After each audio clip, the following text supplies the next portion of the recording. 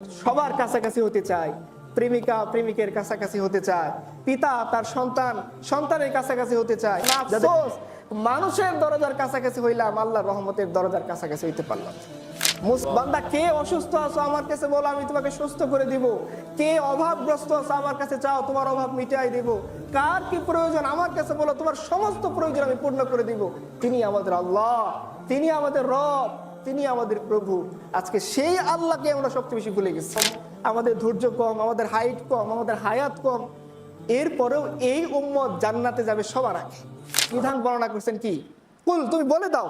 হ্যাঁ, কুল রূহ এইটা, কুল আজা এইটা, বলো এইটা। তোমাকে জিজ্ঞাসা করছে এইটা, ইয়াসআলুনাকা আনির রূহ, মানুষ জিজ্ঞাসা করেছে রূহ কি, তো ইয়াসআলুকান নাসু আনিস সাআ, তোমাকে মানুষ জিজ্ঞাসা করেছে কিয়ামত কি, বলছেন কুল তুমি বলো, তুমি বলো এইটা, তুমি বলো এইটা, তুমি বলো এইটা। যখন আল্লাহর ব্যাপারে প্রশ্ন আসছে যে আমার বান্দারা কি আমার সম্পর্কে জিজ্ঞাসা করে, না কুলের দরকার নেই, নবী তুমি বলো না, আমি বলতেছি আমি আল্লাহ বান্দার কাছে। সুবহানাল্লাহ, বান্দা আমাদের আল্লাহর, আল্লাহ কত কাছে, আল্লাহ আমাদের কত কাছে। পৃথিবীর মধ্যে এমন কোন সত্তা আপনি পাবেন যার কাছে আপনি অপরাধ করছেন, গুনাহ করছেন, পাপ করছেন, নাফরমানি করছেন, এরপরেও সেই সত্তা প্রত্যেকদিন রাতে বলতেছেন বান্দা তোর কি দরকার আমার কাছে আমি সব দিয়ে দিব। বান্দা, কে অসুস্থ আছো আমার কাছে বলো, আমি তোমাকে সুস্থ করে দিব। কে অভাবগ্রস্ত আছো আমার কাছে চাও, তোমার অভাব মিটাই দিব। কার কি প্রয়োজন আমার কাছে বলো, তোমার সমস্ত প্রয়োজন আমি পূর্ণ করে দিব। তিনি আমাদের আল্লাহ, তিনি আমাদের রব, তিনি আমাদের প্রভু। আজকে সেই আল্লাহকে আমরা সবচেয়ে বেশি ভুলে গেছি, তাই না? সবার কাছাকাছি হতে চায়, প্রেমিকা প্রেমিকের কাছাকাছি হতে চায়, পিতা তার সন্তান সন্তানের কাছাকাছি হতে চায়। যাদের পিচ্ছি বাচ্চা আছে না, মনটা একবারে দুমড়ে মুচড়ে যায়। লাস্ট কবে সন্তানের মুখটা দেখছিলাম, ছোট্ট সন্তান 4-5 বছরে হাসে, এত মজা লাগে ভাই। আমার একটা সন্তান আছে, আমি জানি যখন 4-5 বছরের মাসের সন্তান হাসে, মানে কলিজাটা দুমড়ে মুচড়ে যায়, মনে হচ্ছে পুরো দুনিয়া তার জন্য দিয়ে দিই। এই সন্তানকে 4-5 দিন না দেখলে খুব কষ্ট লাগে, আমার লাগে, চোখে চোখে সন্তানের ছবিটা ভাসে। আর ছেলে সন্তান তো আরো বেশি মহব্বত, তো এত বেশি মহব্বত লাগে, এত বেশি। সন্তানকে না দেখলে আমি বেচैन হয়ে যাই। আমি আমার ওয়াইফ যদি সুন্দরী বউ থাকে কারো, সে বেচैन হয়ে যায়, অনেক দিন ধরে যায় না। তবলিগুলো এটা ভালো ফিল করতে পারবেন, তাই না? 40 দিন বাইরে থাকার পরে মনটা চাঁদে কবে যে শেষ হবে, কবে একটু বইয়ের দ্বারা হাজিরা দেবো। তো যদি আমাদের রূপবতী গুণবতী দিনদার বউ হয়, মন টানে, এগুলো দোষের কিছু না, আল্লাহ এটা দিয়েছেন, এটা বৈধ ভালোবাসা। সন্তানের প্রতি আপনি ভালোবাসবেন, মাকে আপনি ভালোবাসবেন, আপনি আপনার ওয়াইফকে ভালোবাসবেন, এগুলো বিনিময়ে আপনি নেকি পাবেন, কোনো সমস্যা নেই। কিন্তু সেই আল্লাহকে ভালোবাসবেন না, যে আল্লাহ ভালোবাসা দেওয়ার কারণে আপনার ওয়াইফকে আপনি ভালোবাসেন, যে আল্লাহ তার ভালোবাসা থেকে ভালোবাসা দান করার কারণে আপনি আপনার সন্তানকে ভালোবাসেন, যে আল্লাহ তার ভালোবাসা থেকে আপনাকে ভালোবাসা দান করার কারণে আপনার মা আপনাকে ভালোবাসে, সে আল্লাহকে ভালোবাসতে হবে না? একজন কবি খুব আফসোস করে বলছিলেন যে কিতনা বদনসিব হে वो जो करार तक ना पहुंचे दारे यार तक तो पहुंचे दिल यार तक ना पहुंचे। বলছে দেখেন কতটা দুর্ভাগা সে, যে তার সবচেয়ে, যে তাকে ভালোবাসে, যে তাকে মহব্বত করে, তার কাছাকাছি তার নিকটে পৌঁছাইতে পারলো না। হ্যাঁ, তার দরজা পর্যন্ত পৌঁছাইছে কিন্তু তার দিল পর্যন্ত পৌঁছাইতে পারলো না।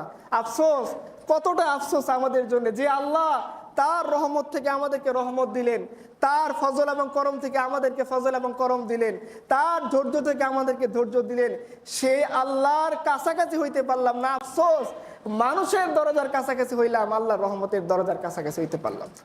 মুসা আলাইহিস সালাম এই উম্মতকে দেখতেছেন, তাকে বলা হয়েছে যে এরকম একটা উম্মত আসবে, তাদের হায়াত অনেক কম, তাদের ধৈর্য অনেক কম, তাদের ইস্তেকামাত কম। আপনারা জানেন যে নবী নূহ আলাইহিস সালাম কত বছর দাওয়াত দিয়েছেন, তাই না?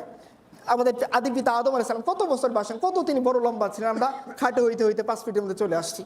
তো এই যে আমাদের অবস্থা, আমাদের দেমাগ মেধা শক্তি কম, আমাদের ধৈর্য কম, আমাদের হাইট কম, আমাদের হায়াত কম, এরপরেও এই উম্মত জান্নাতে যাবে সবার আগে। এই উম্মতের নবীর জন্য জান্নাতের গেট বন্ধ থাকবে, কারোর জন্য দরজা খোলা হবে না। মুহাম্মদ রাসূলুল্লাহ গিয়ে দরজায় নক করবেন, ফেরেশতারা বলবে আপনার জন্য দরজা বন্ধ রাখছি, আমাদের জন্য নির্দেশ দেওয়া হয়েছে যেদিন আপনি নক করবেন ওই দিন দরজাটা খুলে দেওয়া হবে। রাসূল বুঝি একাই জান্নাতে চলে যাবেন, আমাদের নিয়ে যাবেন না? অবশ্যই রাসূল আমাদের জান্নাতে নিয়ে যাবেন। তো যে উম্মত এত বেশি দুর্বল, তার ইস্তেকামাত নেই, তার ধৈর্য নেই, তার ইলম কম, তার সবর কম, এত কম কম কম, তাহলে জান্নাতে আবার সংখ্যায় আরো বেশি কিভাবে হবে? কিভাবে সবার আগে জান্নাতে যাবে? মুসা আলাইহিসসালাম এই দৃশ্য দেখে আল্লাহকে বলছেন, আল্লাহ কিভাবে তারা এত বেশি বেশি পরিমাণে সফলতা লাভ করবে? আল্লাহ একটা এক্সাম্পল দিয়েছেন, হাদিসের কুদসির মধ্যে আসে। আল্লাহ বলছেন, দেখো একদল লোককে আমি কাজের মধ্যে লিপ্ত করলেন। আপনি ধরেন ফজর থেকে নিয়ে জোহর পর্যন্ত তারা কাজ করলো, সময়টা অনেক লম্বা না? জোহর থেকে আসর পর্যন্ত সময়টা আরেকটু খাটো, আসর থেকে মাগরিব পর্যন্ত সময়টা সব সময় এই সময়টা কি থাকে? খাটো থাকে। সবচেয়ে লম্বা কোনটা থাকে? ফজর থেকে নিয়ে জোহর পর্যন্ত সময়টা। তো বলা হচ্ছে হাদিসে কুদসির মধ্যে যে একদল লোক ফজর থেকে জোহর পর্যন্ত কাজ করলো, তাদেরকে 1 দিরহাম দেওয়া হলো, তারা চলে গেল। আরেকদল লোক জোহর থেকে আসর পর্যন্ত কাজ করলো, তাদেরকে 1 দিরহাম দেওয়া হলো, তারা চলে গেল।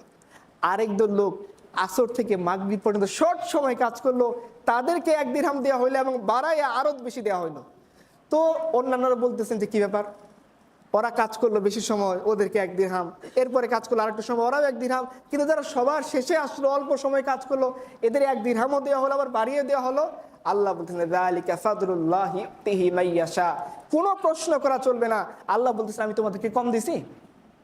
আপনি মনে করলেন যে একজন কর্মচারী সেট আপ করলেন যে 8 ঘন্টা ডিউটি করলে আপনি তাকে 800 টাকা দিবেন, সে রাজি হইলো, সে কাজ করলো, আপনি তাকে 800 টাকা দিয়ে বিদায় করে দিলেন। আরেকজন লোক 4 ঘন্টা কাজ করলো, আপনি তাকে 1600 টাকা দিলেন। এখন যে 800 টাকা দিয়ে যাকে বিদায় করে দিন, সে যদি বলে আমার কেন কম দিলেন, এ বলতে পারবে? কেন পারবে না? বাবা তোমাকে আমি বলছি 8 ঘন্টা ডিউটি, বেতন কত? 800 টাকা। তুমি 8 ঘন্টা ডিউটি করছো, 800 টাকা দিয়ে দিছি। এখন আমি পরের লোকরে 1600 দেন 3200 দেন, এটা আমার কথা, আমার টাকা, আমার সময়, আমার সাথে যেভাবে চুক্তিবদ্ধ হয়েছে এইভাবে তুমি প্রশ্ন করতে পারবে না। এবং ভ্যালিড আইনি দৃষ্টিকোণ থেকে কেউ প্রশ্ন করতে পারবে না যদি সে চুক্তি ঠিক করে কাজের মধ্যে আসে। তো আল্লাহ বলতেছেন যে ওইটা উম্মতে মুহাম্মদী, আর আমি নিজ অনুগ্রহে তাদেরকে বাড়াই দিলাম, তোমরা প্রশ্ন করার কি? তো মুসা আলাইহিস সালাম বলতেছেন, ইয়া আল্লাহ, এই উম্মত কিভাবে এত বেশি অগ্রগামী হবে? এ জান্নাতে অগ্রগামী হবে, সংখ্যায় অগ্রগামী হবে, তার আমল অগ্রগামী হবে। আল্লাহ তাআলা যখন রাগ করবেন তখন কে আগায় যাবে বলেন তো দেখি? আল্লাহ রাগ করছেন, কেউ কথা বলতেছে না। আমরা সবাই মিলে দৌড়াই গেলাম কার কাছে? আমাদের পিতা আদম আলাইহিস সালামের কাছে। বলে আল্লাহ, আদম আলাইহিস সালাম, হ্যাঁ আমাদের আদি পিতা, তোমার কাছ থেকে আমরা সবাই আসছি। তুমি জমিনের মধ্যে সবচেয়ে প্রথম মানুষ, আল্লাহ তোমাকে পাঠিয়েছেন জমিনের মধ্যে, তোমাকে আল্লাহ কিতাব দিয়েছেন, হিদায়াত দিয়েছেন, সন্তান সন্ততি দিয়েছেন, সব নবীদের বংশধারা তোমার কাছ থেকে আসছে। হে আমাদের পিতা, একটু সুপারিশ করুন। আমাদের পিতা কি বলবেন? আলাইহিস সালাতু ওয়াস সালাম, নাফসি নাফসি। আল্লাহ আজকে আমার সাথে এত রাগ করছেন যে এই রাগ তিনি আর কোনোদিন করেন না, আর কখনো করবেনও না। আমি আজ জানি না আজকে আমার কি হয়, আমি কিচ্ছু বলতে পারবো না। ঘুরে যাবেন, তাহলে কার কাছে যাব? এই যে অবস্থা আপনি তো দেখতেই পাচ্ছেন, ঘামের সাগরে হাবুডুবু খাচ্ছি, ওদিক দিয়ে জেনাকারীদের শরীর থেকে দুর্গন্ধ আসতেছে, সহ্য হচ্ছে না। আবার প্রত্যেকের মাথার উপরে সূর্যের উত্তাপে সহ্য হচ্ছে না। তো কি কার কাছে যাব? বলবে নূহের কাছে যাও, ইসমাইলের কাছে যাও, ইব্রাহিমের কাছে, এবার সিরিয়াল ধরে মানুষ আসতে থাকবে।